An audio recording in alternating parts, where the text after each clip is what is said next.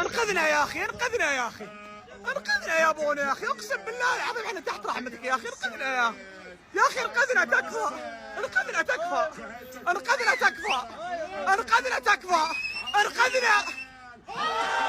حسبي الله عليكم، اقسم بالله العظيم انكم ما تفهمون كوره، اقسم بالله العظيم انكم ما تفهمون كوره. ما فيكم واحد بالنادي يحب الهلال يا اخي بغير ندعم. حسبي الله عليكم يا اخي، اتقوا الله فينا يا اخي، يا اخي اقسم بالله العظيم انكم قاعدين تدبرون الهلال يا اخي، اتقوا الله فينا يا اخي.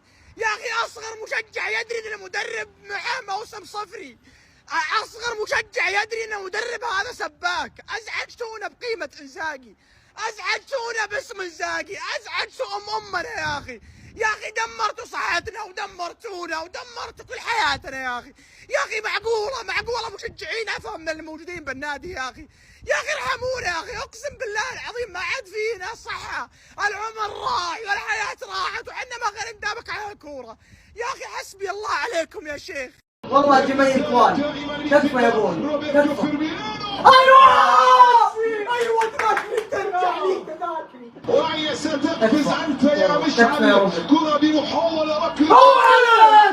تكفى يا ابوي.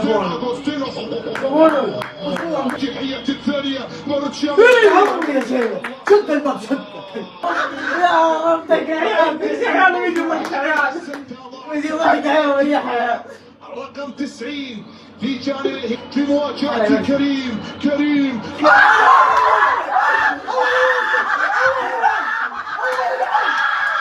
هو من سيسخر. دخلك انت، انا احب السلب والله شقف. اخر مرة تكفى طابتك يا ابوي. باقي سايمون.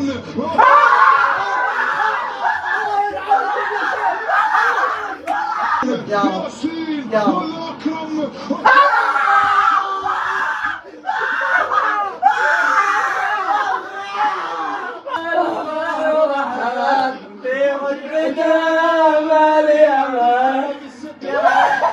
زيد. اليوم الهلال خرج من الآسيوية، لكن اليوم عبد العزيز الزلال أثناء ركلات الترجيح، شوف عبد العزيز الزلال وقتها ركلات الترجيح، شوف سجلوها له الشباب من تحت الهواء.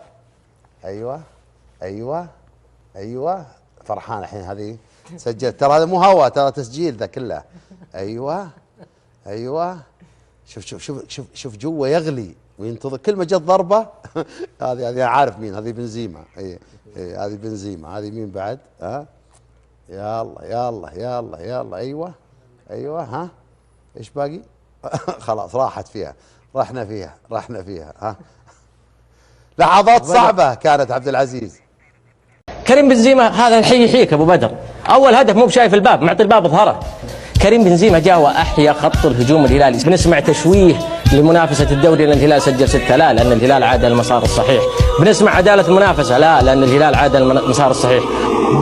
والله عيب ابو بدر اللي قاعد يصير، يعني على الدعم التاريخي والشتويه و7 لاعبين، فريق بهذا المنظر يبغون يصلحون خطأ نونيز. جبنا كريم بنزيما، ليس امامك الا كريم بنزيما. مرارا وتكرارا انه اللاعب هذا كارثه. انت لو كان عندك مدير رياضي ما وقعت في الاخطاء هذه كلها.